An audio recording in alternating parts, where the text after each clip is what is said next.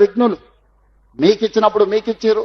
94 నుంచి 2004 వరకు టీడీపీకి ఇచ్చారు. 2004 నుంచి 2014 వరకు కాంగ్రెస్కి ఇచ్చారు. 2014 నుంచి దాదాపుగా 2024 వరకు బీఆర్ఎస్కి ఇచ్చారు.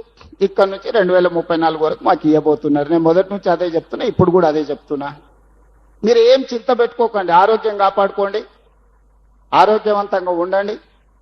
మంచి ఆలోచనలు వస్తే ఆటోమేటిక్గా ఆరోగ్యం మంచిగా ఉంటుంది.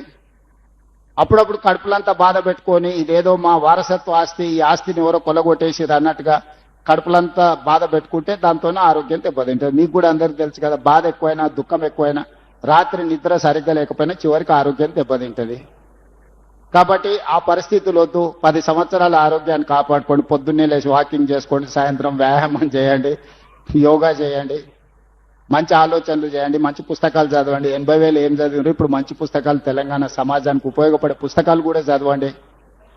తక్కువకి ఎక్కువకు చిన్నజీర స్వామి గారి సూక్తులు వినండి, లోక కళ్యాణం కోసం మంచి ప్రవచనాలు వినండి. అంతే తప్ప ప్రజల మీద విషయం గక్కి మమ్మల్ని ఏదో శాపిస్తే ఏమి జరగవు. పిల్లి శాపనార్థాలకు ఉట్టి తెగిపడదు. మీ శాపనార్థాలు ఎన్ని పెట్టినా నాకు సంతోషం. వాళ్ళు చాలా బాధతోని మమ్మల్ని అంటున్నప్పుడు నాకు ఒక సాడిస్టిక్ ప్లెజర్ అంటారు కదా, అబ్బా బాగుంది కదా అనిపిస్తుంది. ఎందుకంటే వాళ్ళ బాధ చూసినప్పుడు.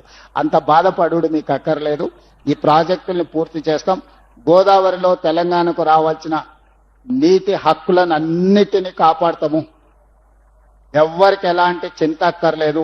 నికర జలాలు, మిగులు జలాలు, వరద జలాలలో అన్నిట్లలో తెలంగాణ హక్కులను, అది గోదావరి కావచ్చు, కృష్ణా నది కావచ్చు, హక్కులను కాపాడడమే కాకుండా ఇప్పటి వరకు అపరిష్కృతంగా ఉన్న సమస్యలను పరిష్కరించి ప్రాజెక్టులను అన్నిటిని కూడా నిర్మాణం పూర్తి చేస్తాం. మా శాయశక్తుల ప్రయత్నం చేస్తాం. ఎవరికి ఎలాంటి అనుమానము అవసరం లేదు, ఎవరికి ఎలాంటి చింత అవసరం లేదు. విషయాలు ఉంటే రేపు బడ్జెట్ సమావేశంలో ఖచ్చితంగా ప్రతిపక్షాలకు అవకాశం ఇచ్చి అక్కడ చర్చ చేస్తాం. లొటపీస్ ఉంటావు 10 ఏళ్ళకి 2 ఏళ్ళకు కొనేళ్ళు నువ్వు చూద్దాం. తెలంగాణ రాష్ట్రానికి చివరి ఓసీ ముఖ్యమంత్రి నువ్వే. ఎవరైనా గట్టంతో ముగుస్తుందేమో ఓసీల పరిపాలన అంటుంటే దద్దమ్మతో ముగిసిపోయే పరిస్థితి వచ్చింది నీతోటి. 2028 తర్వాత ఇక నువ్వు రాసి పెట్టుకో, నీవు కానీ, నీ ఖాందాన్ కానీ, నీ జాతి కానీ ఎవరు కూడా ముఖ్యమంత్రి కాదు కదా, అటు దరిదాపులో కూడా చూసేటువంటి సాహసం చేయరు. అది రాసి పెట్టుకోండి. ఇక నేనే 10 ఏళ్ళు ముఖ్యమంత్రి, తాత జాగిరని రాసిచ్చినాం పట్టేదారులో ఉన్నట్టుగా. తెలుస్తలేదా ఇప్పుడు ఏం జరుగుతూ ఉందో? లోకల్ బాడీలో ఏం జరుగుతూ ఉంది, బీసీలు ఎట్లా దూసుకొస్తా ఉన్నారో కనిపిస్తలేదా? కాబట్టి ఇక నీ ఆశలు వదిలేసుకో. నువ్వేదో అది ఎట్లా తప్పించుకోవాలరా అనడానికి ఒక డైలాగ్ తయారు చేసినావు. 10 ఏళ్ళు నేనే అనేది 10 ఏళ్ళు లేదు కదా, 10 నెలలకు కూడా కష్టం లేదు. ఇలా ఢిల్లీకి పోతా ఉన్నావు, అధిష్టానాన్ని ఒకసారి కలుద్దామనంటే రాహుల్ గాంధీ గారు పెట్టే కండిషన్ మీకు తెలుసు కదా, బట్టి రావాలి, ఉత్తమ్ రావాలి, నువ్వు రావాలి, ముగ్గురు వచ్చినప్పుడే నేను కలుస్తా. పార్లమెంట్ దర్వాజా నిలబడి ఫోటో దిగి ప్రెస్కు రిలీజ్ చేసిన వాళ్ళందరికీ ఆ డ్రామా అనేది తెలుసు. కానీ నా అంచనా ప్రకారం రేవంత్ రెడ్డి గారు నీ పదవికి గండం ఎందుకో కనిపిస్తూ ఉంది చాలా సీరియస్గా. అయిపోయింది. ఎందుకంటే నీ పర్ఫార్మెన్స్ ఏం లేదు, ఒట్టిదే అంతా డొల్లా.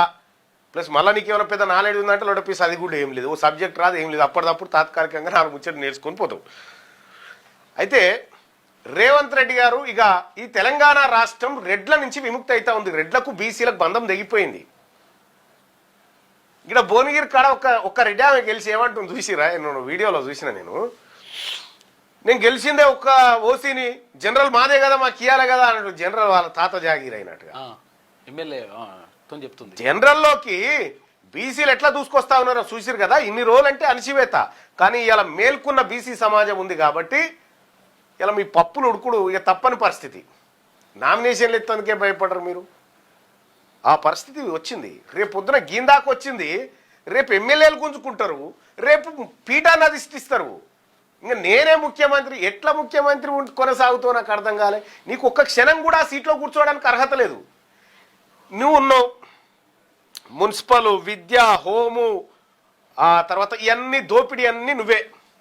నీకు దోపిడీలో ఉన్న ఎక్స్పీరియన్సు, నీకు చీటింగ్లో, బ్లాక్మెయిలింగ్లో ఉన్న ఎక్స్పీరియన్స్ పరిపాలనలోనైతే లేదు. అంటే జగమెరిగిన సత్యం అది.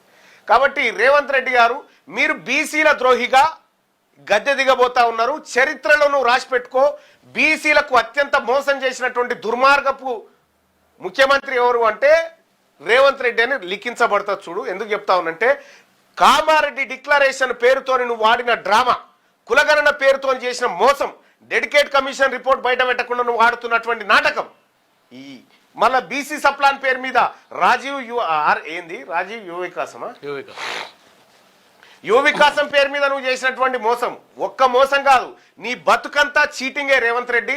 నీ చీటింగ్ ముఖ్యమంత్రి తనాన్ని ఖచ్చితంగా 2028 దాకా కూడా భరించడానికి సిద్ధంగా లేదు జనం. నువ్వు నిరుద్యోగులను మోసం చేస్తీవి, నువ్వు ఉద్యోగస్తులను మోసం చేస్తీవి, నువ్వు మోసం చేయని వర్గమేది. ఇవాళ ఏది ఒక భూములకు సంబంధించినటువంటి పర్మిషన్లు కావాలంటే నీ అన్న పర్మిషన్ కావాలి, దానికి నీ తమ్ముని పర్మిషన్, ఒక్కొక్క డిపార్ట్మెంట్ ఒక్కొక్కటి పంచుకొని తింటా ఉన్నాడు. కసరుగా ఎక్కినట్టు అక్కిస్తాం ఏదో నాడు. ఎందుకు తొందరపడుతున్నావు తాత? కానీ ఒకటి 28 లోపే నీదేమని ఉంటే దులుపుకొని వెళ్ళిపో. ఆ తర్వాత నీకు కాదు కదా, నీ జేజమ్మ దిగొచ్చిన ఛాన్స్ లేదు. తెలంగాణ రాష్ట్రం బీసీల చేతుల్లోకి వస్తుంది.